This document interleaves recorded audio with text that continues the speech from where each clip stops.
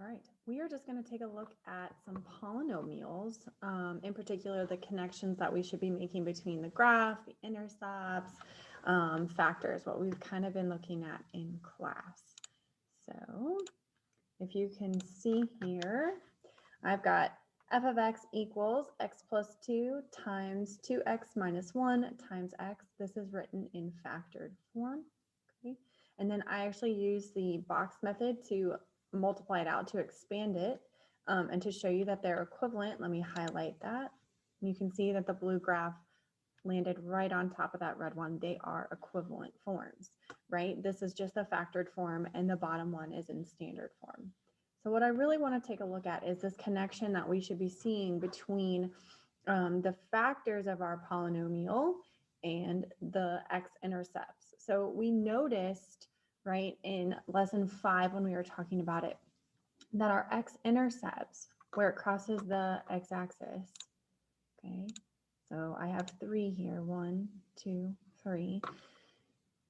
We can really see those within our equation. And if you recall, we also looked at where a factored form was equal to 0.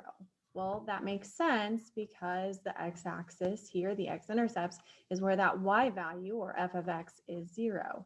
So you can see we cross at -2, 0, and 0.5, or 1/2.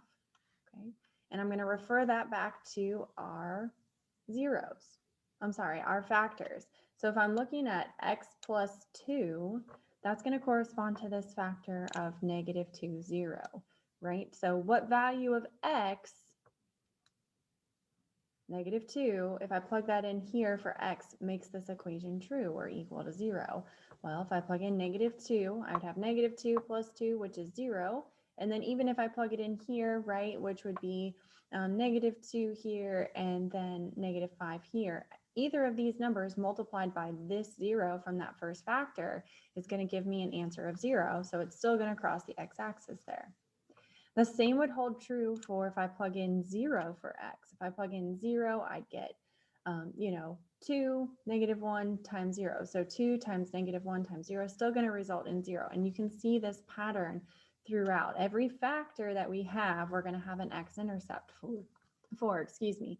So this 0.5 is no different. This 0.5 corresponds to the 2x minus 1 factor, okay? So hopefully this gives you a really brief overview of what we've kind of been talking about in the last couple of lessons. Please let me know if you have any other questions. And then from here, you need to do the cool down that's posted in Canvas.